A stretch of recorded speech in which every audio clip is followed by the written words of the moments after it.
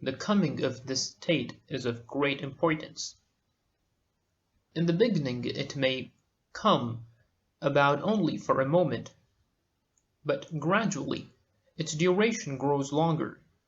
First, it may last for about 10 minutes or so, then for an hour, and subsequently even for a longer period.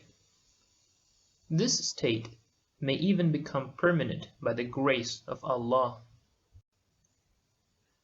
In the sayings of the Gnostics, this state has been termed as abiding in Allah, or the everlasting life in Allah.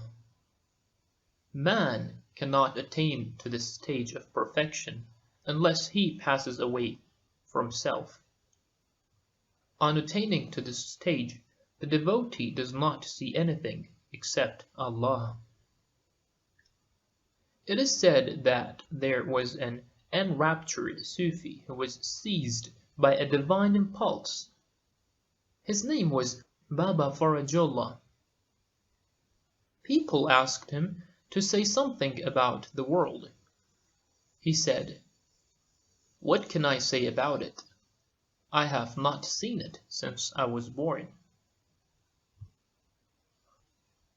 In the beginning, when the vision is weak, it is called a state, and its occurrence is beyond the control of the devotee.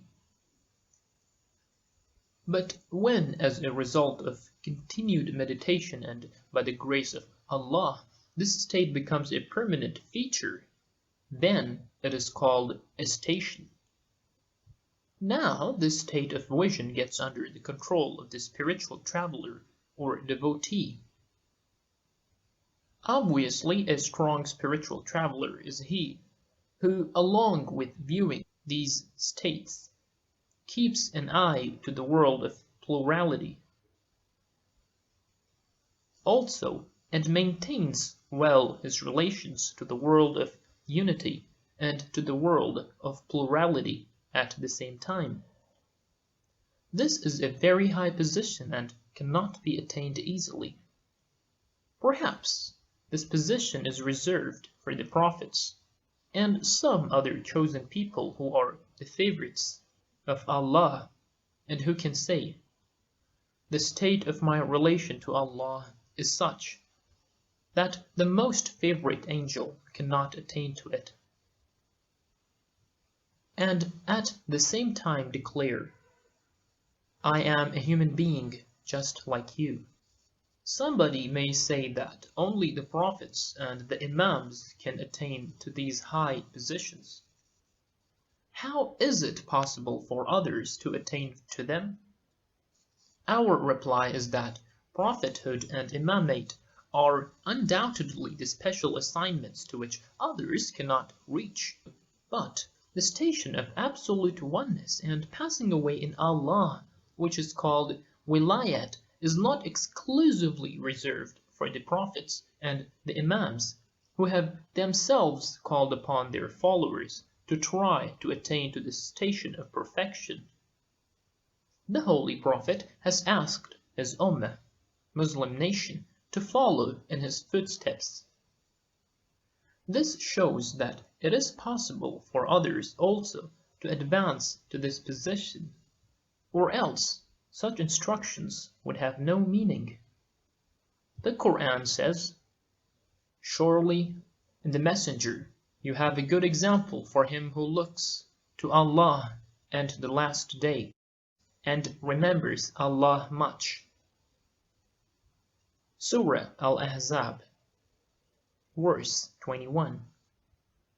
There is a report in the Sunni books that once the Holy Prophet said, "Had you not been talkative and of uneasy hearts, you would have seen what I see and would have heard what I hear." This report shows that the real cause of not attaining to human perfection is fiendish thoughts and vicious acts. According to a report from the Shia source also, the Holy Prophet has said, "Had not the Satans been roaming around their hearts, the human beings would have seen the whole kingdom of the heavens and the earth. One of the characteristics of this high human position is that it enables the individual holding it to comprehend the divine kingdoms according to his capacity. He gains the knowledge of the past and the future of the universe and can dominate and control everything everywhere. The famous Gnostic Sheikh Abdul Karim al-Jili writes in his book, The Perfect Man, that once he was overcome by such a condition that he felt as if he had been unified with all other existing things and could see everything. This state did not last more than a moment.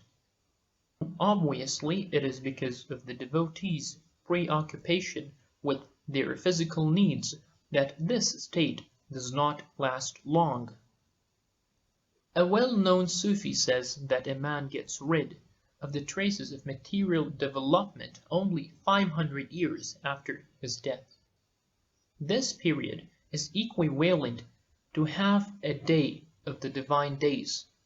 Allah has said, "Surely a day with your Lord is like 1,000 years of your reckoning." Surah Al-Hajj, verse 47. It is evident that the next worldly blessings and divine bounties and favors are innumerable and unlimited. The words expressing them have been coined on the basis of human needs, and new words need to be coined with the expansion of human requirements. That is why it is not possible to express all divine truths and favors by words. Whatever has been said is only symbolical and metaphorical. It is impossible to express the higher truths in words. It has been said, "You are in the darkest world." According to this tradition, man is living in the darkest of the worlds, created by Allah. Man coins words to meet his daily requirements on the basis of what he sees and feels in this material world. He has no knowledge of the relations, blessings, and spirits of the other worlds, and therefore he cannot coin words for them. That is why there do not exist proper words in any language of the world which may express higher truths and concepts.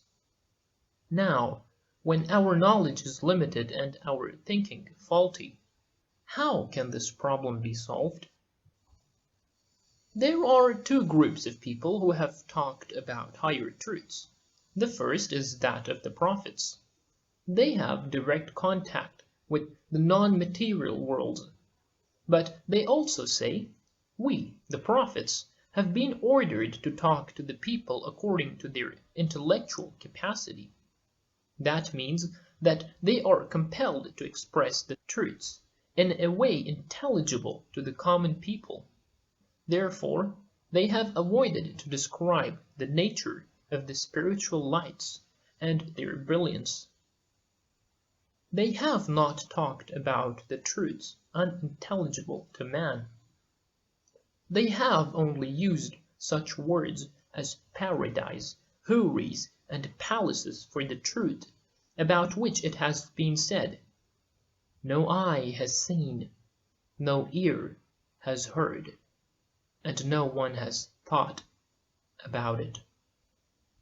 They have even admitted that the truths of the other worlds are indescribable.